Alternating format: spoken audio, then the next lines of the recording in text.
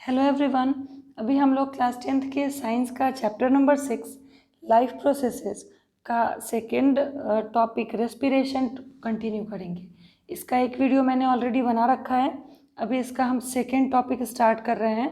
Respiration topic को ही continue करने वाले हैं। तो शुरू करते हैं। The energy released during cellular respiration is immediately uses to synthesis a molecule called ATP which is used to fuel all other activities in cell। जो energy release होती है सेल्यूलर रेस्पिरेशन में फूड के ब्रेकडाउन करने से, उस energy को use कर लिया जाता है ATP के सिंथेसिस में, और जो ATP है वो फ्यूल के जैसा काम करता है और सेल के बाकी फंक्शन को परफॉर्म करने में हेल्प करता है। In these processes, ATP is broken down, giving rise to a fixed amount of energy which can derive the endothermic reaction taking place in the cell। ATP जो है उसका ब्रेकडाउन कराया जाता है और ऑलमोस्ट 35.5 किलो कैलोरी एनर्जी जो है वो रिलीज़ होती है, और उस एनर्जी को यूज़ किया जाता है सेल के अंदर जो वेरियस फंक्शंस होते हैं उसको परफॉर्म करने में। यहाँ लिखा भी है ATP के बारे में कि ATP is the energy currency for most of the cellular activities. बहुत सारे सेलुलर एक्टिविटीज़ के लिए ATP जो है वो as a currency, energy currency act करता है। The energy released during the process of respiration is used to make an ATP molecule from ADP and inorganic phosphate. Respiration के प्रोसेस में जो एनर्जी रिलीज होती है उस एनर्जी को use किया जाता है ATP के फॉर्मेशन में। कैसे? तो ADP मॉलिक्यूल और इनऑर्गेनिक फॉस्फेट, यहाँ देखो ADP molecule plus inorganic phosphate को जब एनर्जी मिलती है तो ADP जो है उसके साथ फॉस्फेट एक बॉन्ड बना लेता है।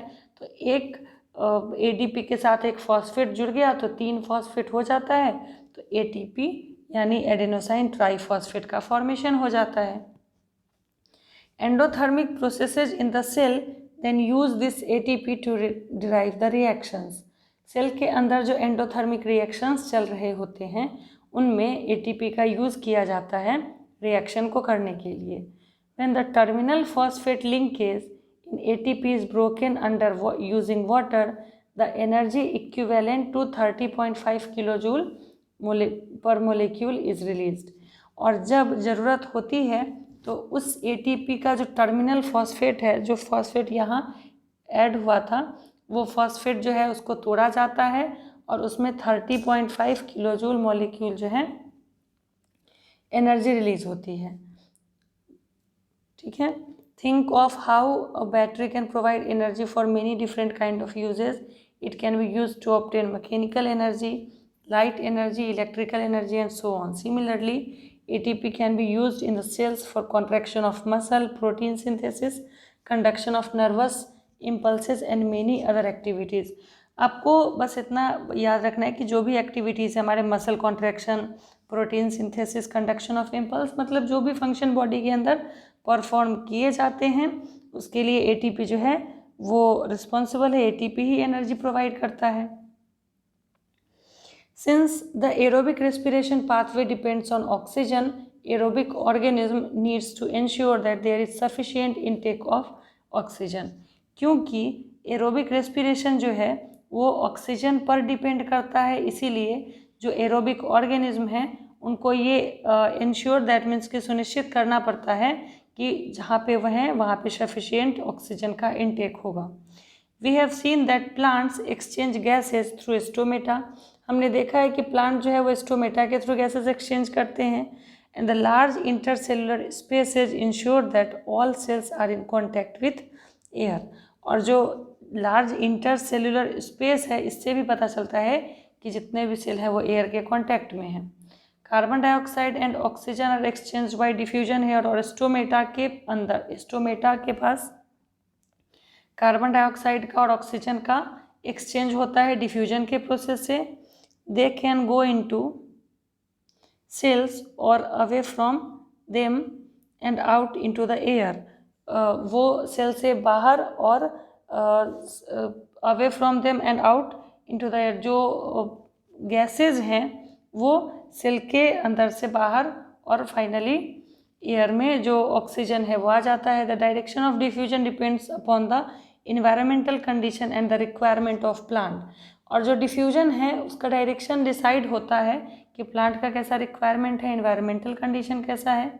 At night when there is no photosynthesis occurring, CO2 elimination is the major exchange activity going on. रात के समय क्योंकि फोटोसिंथेसिस नहीं होते रहता है तो रात के समय CO2 जो है प्लांट के अंदर से एलिमिनेट होता है, ठीक है। During the day CO2 generated during respiration is used up for photosynthesis. लेकिन दिन के समय जो रेस्पिरेशन के प्रोसेस से CO2 जनरेट होता है उसको फोटोसिंथेसिस में यूज़ कर लिया जाता है। Hence there is no CO2 release. इसीलिए दिन के समय में प्लांट से CO2 रिलीज नहीं होता है, लेकिन रात के समय CO2 रिलीज होता है। बिकॉज रात में प्लांट जो है फोटोसिंथेसिस नहीं करता है तो रेस्पिरेशन से जो CO2 बनेगा वो रिलीज हो जाएगा। दिन में जो CO2 बनेगा वो यूज़ कर लिया जाता है। Instead oxygen release is the major event at this time. दिन के समय में CO2 रिलीज नहीं होगा क्योंकि प्लांट फोटोसिंथेसिस करता है, CO2 का यूज़ कर लेगा, लेकिन उस समय ऑक्सीजन रिलीज जो है वो मेजर इवेंट है, यानी ऑक्सीजन जो है वो प्लांट से रिलीज होगा। Animals have evolve different organ for the uptake of oxygen from the air and for getting rid of carbon dioxide produced. Animal जो है वो इवॉल्व हुआ, उसके अंदर बहुत सारे ऑर्गन, अलग अलग ऑर्गन इवॉल्व हुए हैं जिसके थ्रू वो ऑक्सीजन जो है इन्वायरमेंट से इंटेक करता है, लेता है और कार्बन डाइऑक्साइड को रिलीज करता है। Terrestrial animals can breathe the oxygen in atmosphere but animals that live in water need to use oxygen dissolve in water.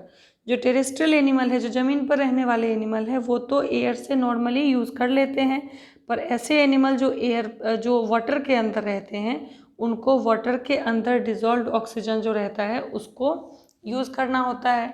और यही रीज़न है कि वाटर में रहने वाले ऑर्गेनिज्म का जो ब्रीदिंग रेट है वो हायर होता है। आपने फ़िश को देखा होगा, फ़िश जो है बहुत जल्दी जल्दी वो ब्रीथ करती है। क्यों? बिकॉज वाटर के अंदर जो है ऑक्सीजन कम है, और अगर ऑक्सीजन कम होता है तो ऐसे जहाँ पर भी ऑक्सीजन कम होगा वहाँ पर ऑर्गेनिज्म अगर रहेंगे तो उनका ब्रीदिंग रेट जो है वो हायर हो जाएगा। तो ये हमारा यहाँ पे हुआ। थोड़ा सा और एक बार ओवरव्यू देख लेते हैं कि हमने अभी क्या देखा। हमने अभी इस टॉपिक में देखा कि जो एरोबिक रेस्पिरेशन से बहुत ज़्यादा एनर्जी रिलीज होती है, उस एनर्जी को यूज़ करके ADP और इनऑर्गेनिक फॉस्फेट को जोड़ के ATP बनाया जाता है। और जब सेल्स के अंदर एंडोथर्मिक रिएक्शन होते हैं तब उस ATP का ब्रेकडाउन करके लगभग 30.5 किलोजूल पर मॉलिक्यूल एनर्जी रिलीज कराई जाती है, जिसके थ्रू जो हमारा सेल्स है वेरियस एक्टिविटीज़ परफॉर्म करता है और फाइनली हम बहुत सारे एक्टिविटीज़, जो भी एक्टिविटी है उसको परफॉर्म कर पाते हैं। उसके बाद जो इनटेक है कार्बन डाइऑक्साइड का और ऑक्सीजन का वो डिपेंड करता है प्लांट के कंडीशन के हिसाब से, रिक्वायरमेंट के हिसाब से। जैसे दिन में प्लांट को कार्बन डाइऑक्साइड की ज़रूरत होती है तो इंस्ट्रूमेंटल पोर के थ्रू प्लांट जो है वो कार्बन डाइऑक्साइड का इंटेक करता है और ऑक्सीजन को रिलीज़ करता है। रात के समय में क्योंकि कार्बन डाइऑक्साइड की ज़रूरत क्योंकि फोटोसिंथेसिस नहीं होती है तो रेस्पिरेशन के प्रोसेस से प्लांट के अंदर जो CO2 बनता है वो रिलीज़ होता है, यानी कि रात के समय में प्लांट भी कार्बन डाइऑक्साइड रिलीज़ करता है। इसीलिए कहा जाता है कि रात के समय प्लांट के पास नहीं रहना चाहिए। फिर अगर गांव में जैसे लोग रात में प्लांट के नीचे सोते हैं तो मना किया जाता है, क्योंकि रात के समय में प्लांट जो है वो कार्बन डाइऑक्साइड रिलीज़ करता है और दिन के समय में क्योंकि फोटोसिंथेसिस होता है तो प्लांट उस कार्बन डाइऑक्साइड को यूज़ कर लेता है, तो प्लांट ऑक्सीजन रिलीज़ करता है। अगर हम वहाँ पे बात करेंगे एनिमल्स की, तो जो टेरेस्ट्रियल एनिमल हैं वो कार्बन डाइऑक्साइड रिलीज़ करते हैं और ऑक्सीजन लेते हैं, लेकिन जो एक्वेटिक एनिमल्स हैं उनको ऑक्सीजन जो है वो डिज़ोल्व अमाउंट जो है वाटर के अंदर वहाँ से लेना पड़ता है। तो बिकॉज वाटर के अंदर कम अमाउंट में एयर ऑक्सीजन डिज़ोल्व है, इसीलिए एक्वेटिक एनिमल्स का जो ब्रीदिंग रेट होता है वो हायर होता है। तो उम्मीद है ये आपका क्लियर हुआ होगा। नेक्स्ट वीडियो में हम एयर का पाथ पढ़ेंगे कि ह्यूमन के अंदर एयर किस तरह से मूव करता है और कैसे लंग्स के अंदर पहुंचता है, फिर डिफ्यूजन से एक्सचेंज होगा। तो वीडियो अगर अच्छा लगा तो इसको लाइक करिए, शेयर करिए और चैनल को सब्सक्राइब करिए।